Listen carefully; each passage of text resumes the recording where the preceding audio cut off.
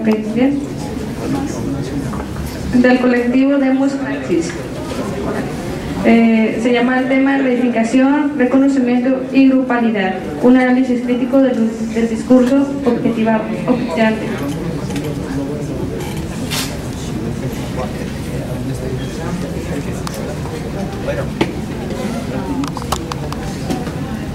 Buenas tardes. Bueno, antes de comenzar, como yo lo presentó,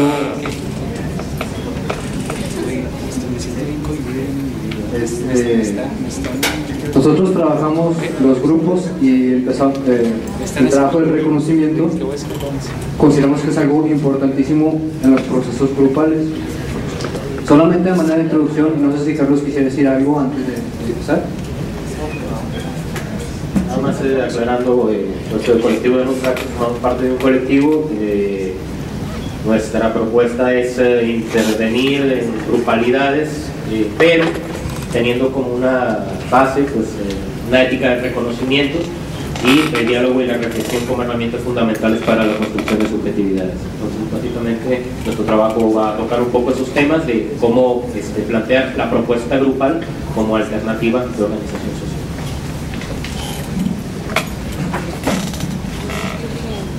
Ahora sí empiezo. Discurso objetivante. Para pensar el reconocimiento y la reivindicación, se hace necesario hablar de las condiciones de su formación.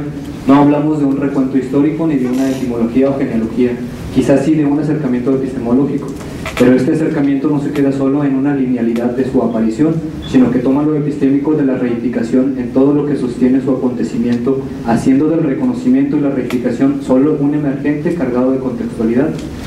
El sujeto es una invención reciente. Él ha emergido entrelazado de distintas prácticas sociales. Como ejemplo, una de ellas es la invención en la pintura de la perspectiva. La perspectiva abría el espacio y el tiempo, y en el espacio el sujeto se diferenciaba del todo, se le concedía un lugar diferenciado y diferenciante con respecto al todo. Él se volvía un espectador privilegiado. Doble consecuencia: 1. Ser objeto de conocimiento. 2. Abrir discursos que lo sujeten a determinado saber. Él era quien abría el universo a sus más profundos secretos, leía las cosas, como diría Foucault, nombraba y significaba la realidad y a la vez iba constituyendo las palabras y el discurso, ese que ya no dependía de las cosas, sino que por sí mismo se convertía en un objeto cuya voluntad le era ajena al sujeto. Pero por esta misma autonomía del discurso, el sujeto se convertía en objeto de conocimiento, pasaba a ser el centro observado. Y era observado y explicado mediante la cuadrícula de la ciencia, matesis y taxonomía. Es hablado con relación a una identidad y diferencia. ¿Qué tan idéntico o diferente soy al todo? Esto es, con una taxonomía. Así como con una matesis, con una igualdad. ¿En qué nivel estoy con respecto al todo? Un orden que la ciencia construye mas no descubre. Cito: las ciencias llevan siempre consigo el proyecto, aun cuando sea lejano de una puesta en orden exhaustiva, tiende siempre también hacia el descubrimiento de los elementos simples y de su composición progresiva, y en su medio son un cuadro, presentación de los conocimientos en un sistema contemporáneo de sí mismo. Las citas de Foucault. Para representar algo se construía un orden como rector, un orden que eliminaba el azar y el caos. A este orden ya le precedía la lógica formal. En el primero, el caos complejiza el orden, caos que había sido relegado lejos de los discursos del saber. La lógica formal eliminó las paradojas, se constituía en sus tres leyes: ley de la identidad, ley de la contradicción, ley del medio o tercero excluido. Veámoslo más despacio. Un hombre es un hombre. Un hombre no es igual a un no hombre. Un hombre no es igual a una mujer. Aquí la identidad aparecía y cerrada, pero a esta identidad se le sumaba una concepción del todo. El hombre en el centro de la observación, un objeto para conocer, un reconocimiento objetivante. Ahora él es idéntico a sí mismo, pero esta identidad está cargada de valor por el mero hecho de ser, por sus preceptos de verdad y validez. Ser parte del todo, la idea de totalidad como rígida y finita. Ese todo es fijado a priori, elimina la contradicción. El todo está diluido en valoraciones y esta petrifica la identidad volviéndola estática. La petrificación de la identidad es posible primero porque ahora se puede hablar del sujeto diferenciado, pero como segundo, el modo en que se diferenció lo igualó a todos los sujetos y se estatizó en su soledad compartida según escalas de identidad con el todo. El individuo como valor, él es igual a él, pero él exige las promesas a la modernidad, su libertad del amo. Ahora él desea ser amo de sus deseos, y aquí el proceso de la supresión dialéctica se le agregó un paso intermedio. El amo ya no fue una entidad física, es decir, el decir del amo ya no necesitaba su presencia. Aquello irreconocible hacía eco y seguía pregonando la palabra del amo. Discurso, diría Foucault. Este discurso limó las diferencias y si persistían, las instituciones se ocupaban de darles un lugar. Aún permanecía la exigencia sobre un ideal objetivizado. Que se cumpliera la ficción de que ahora nosotros somos, en solitario, los amos de nosotros y de la naturaleza. Hechos objeto de conocimiento con identidad, empezando a ser individualizados en solitario y con la objetividad como medio de conocimiento, demandábamos. No obstante, la pretendida objetividad nos dio los lentes necesarios para creer en nuestra superioridad sobre el tercero excluido. Escribe Nachmanovich: en el mundo moderno las excepciones no tienen cabida, deben ser eliminados ya que no podemos atribuirles ningún rol. Las leyes de la lógica han dado su dictamen, tercero excluido. Cierro la cita. Y además complementa la idea de una supuesta objetividad que es a la vez una paradoja. Pregunta Nachmanovich: ¿cómo ha surgido este sujeto en un mundo objeto de pura materia en movimiento? Y además, ¿cómo puede ser que este sujeto objetivo no pueda dar cuenta de su subjetividad? Paradoja de paradojas. El hombre, dice más adelante, necesita salirse incluso de sí mismo para verse con objetividad. ¿Cómo es esto posible?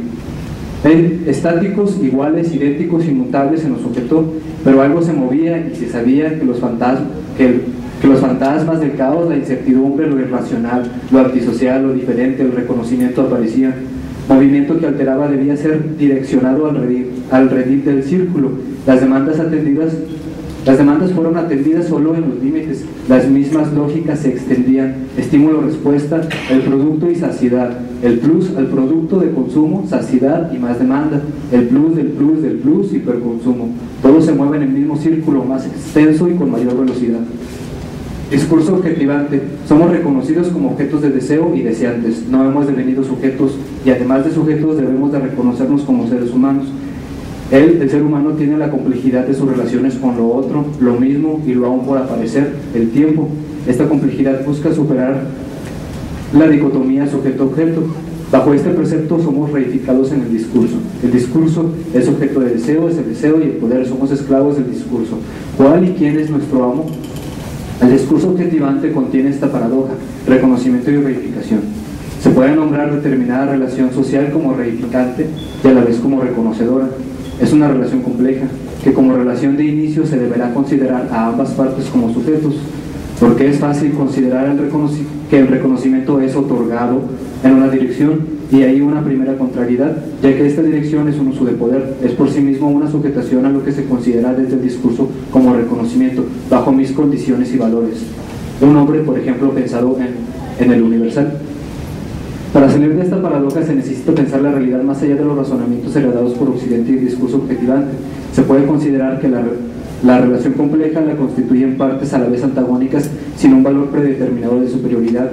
Esta determinación es también móvil, a cada parte lo que corresponde en la constitución del caos, porque cada parte es una totalidad que no es subsumida en la totalidad conceptual, sino que es contextual, histórica, diversa en su cosmovisión, y con cada una de ellas el proceso se convierte en un desaprender lo aprendido para reaprender a reordenar en forma inclusiva, replantear, reconocer los distintos razonamientos y relaciones, los distintos vínculos.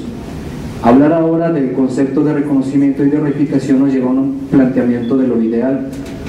El ideal por sí mismo no aprende la acción social, aprende con H nuevamente, no aprende la acción social para su formación. El ideal no involucra a los actores sociales, por más bien planteado que esté el concepto. En cambio, un concepto formativo, un concepto dialógico, conlleva el involucramiento del papel cognitivo, emocional, social, complejo del ser humano y su relación ecológica, aquella que habla de una autonomía dependiente con el entorno, eso desde morir. Esta propuesta de conceptualizar no deja de lado ese ideal, lo refunde en el mismo proceso para su mutua constitución. No es un rígido deber, es una relación dinámica que permite posicionarnos con nuestro propio dinamismo, y es en ese entrecruzamiento de dinámicas que emerge en un contenido y forma en la comprensión de eso que ya no es un concepto estático, sino que es una praxis abierta al proceso de transformación relacional.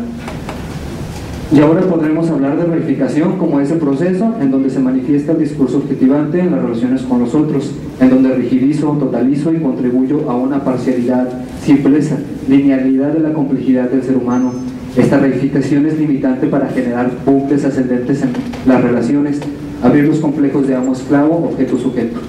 Y por lo tanto, una de sus manifestaciones es tomar al otro como una cosa, un medio para satisfacer mis deseos e intereses.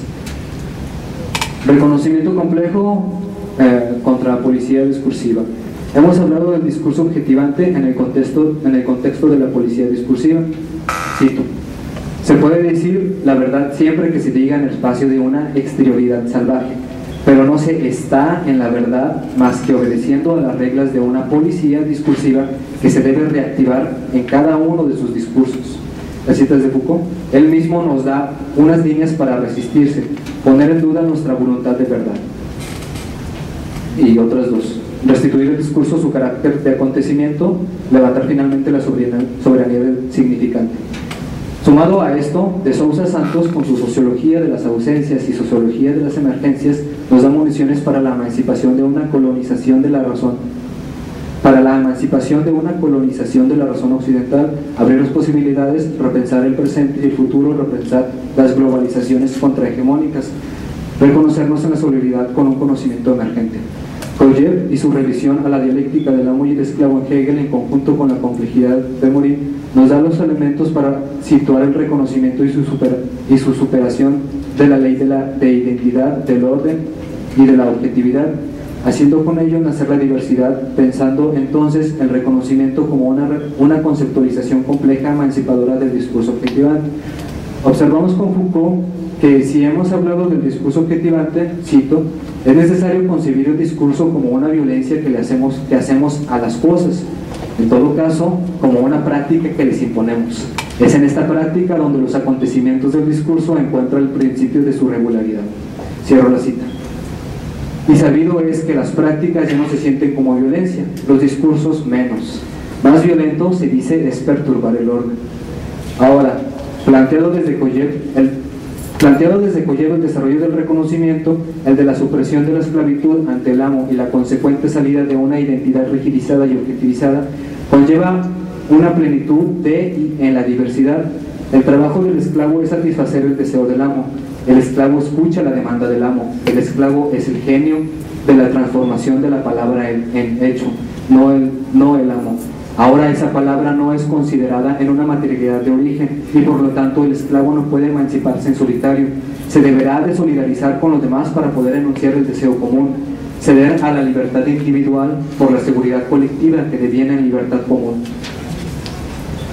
Esto primigenio e íntimo es el reconocimiento del deseo, mismo que ha trascendido un sentimiento de sí, que no es autoconsciente cada vez que se busque la satisfacción en las cosas de la naturaleza. Cito: para que haya autoconciencia es necesario que el deseo se fije sobre un objeto no natural, sobre alguna cosa que supere la realidad dada. Se cierra la cita. El primer indicio del reconocimiento que nos plantea Kojev, si no explícitamente, sí por su conclusión, es que, cito, el deseo humano debe dirigirse sobre otro deseo. Para que haya deseo humano es indispensable que haya ante todo una pluralidad de deseos. Para que la autoconciencia pueda nacer del sentimiento de sí, para que la realidad humana pueda constituirse en el interior de la realidad animal, es menester que esa realidad sea esencialmente múltiple. Se cierra la cita. Es entonces en la realidad múltiple que el yo puede devenir. Es su nido, aparece en el seno de un rebaño. Otro de los planteamientos que nos permiten entrever la idea de la relación del reconocimiento diversificado para el devenir de lo social es lo siguiente: para que el rebaño devenga una sociedad, la sola multiplicidad de deseos no basta. Es necesario, aunque los deseos de cada uno de los miembros del rebaño conduzcan o puedan conducir a los deseos de los otros miembros. Es en los deseos que se desean mutuamente como deseos que la sociedad es humana. Esta multiplicidad de vínculos van señalando los procesos en donde emerge el reconocimiento pleno. Para ser reconocido, necesito ser deseado, pero no en cuerpo, sino que mi deseo sea objeto de deseo, donde el deseo es humano si quiere poseer o asimilar el deseo tomado en tanto que deseo, es decir, si quiere ser deseado. o amado, o más todavía, reconocido en su valor humano, en su realidad de individuo humano. Sin embargo, esta relación es de lucha, es de reconocimiento, es arriesgar la vida animal para alcanzar ese deseo humano. Cito, es en y por ese riesgo que la realidad humana se crea y se revela en tanto que realidad, es en y por ese riesgo que ella se reconoce, es decir, se muestra, se verifica, efectúa sus pruebas en tanto que esencialmente diferente a la realidad animal natural. Se cierra la cita. Este deseo que arriesga la vida animal es el deseo de reconocimiento, es una lucha a muerte por el reconocimiento. La realidad emerge de esta lucha, dice Coyet, solo en y por tal lucha es que se engendra la realidad humana, se constituye, se realiza y se revela a sí misma en los otros. No se realiza pues y no se revela sino en tanto que realidad reconocida. Tal tipo de lucha conlleva el surgimiento del amo y el esclavo. El reconocimiento desde un principio es una relación en búsqueda de una superioridad y por tal es una relación que deviene en asimétrica en vertical. Pero esta verticalidad es solo un paso del proceso de la supresión dialéctica. No obstante, el amo no reconoce al esclavo como 5 minutos. Lo van a reconocer. No, está bien. Voy a tratar de sintetizar un poco la idea que me correspondía a mí. Solamente sí voy a tomar unos puntos específicos que considero indispensables para la cuestión del concepto de cómo, bueno, qué es el reconocimiento. Si no he llegado directamente al punto, he estado tratando de construir, digamos, propiamente el discurso de donde nosotros consideramos que emerge, ¿no?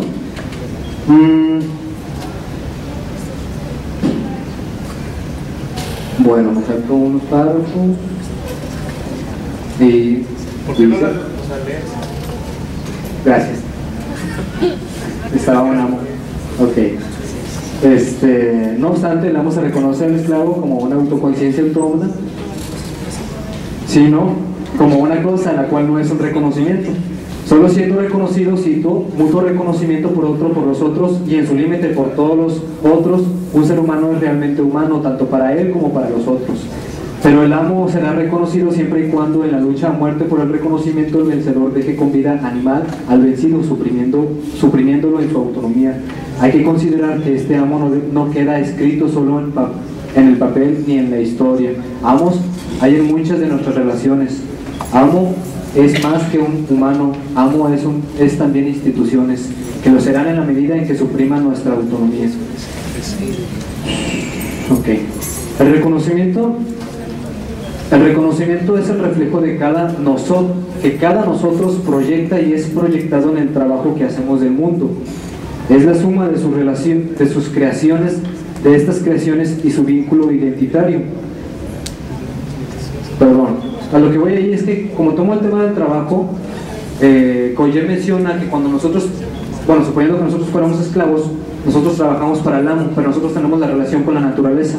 Y esa relación con la naturaleza nos empieza, digamos, a poder dar una conciencia de nosotros mismos como esclavos, pero como humanos.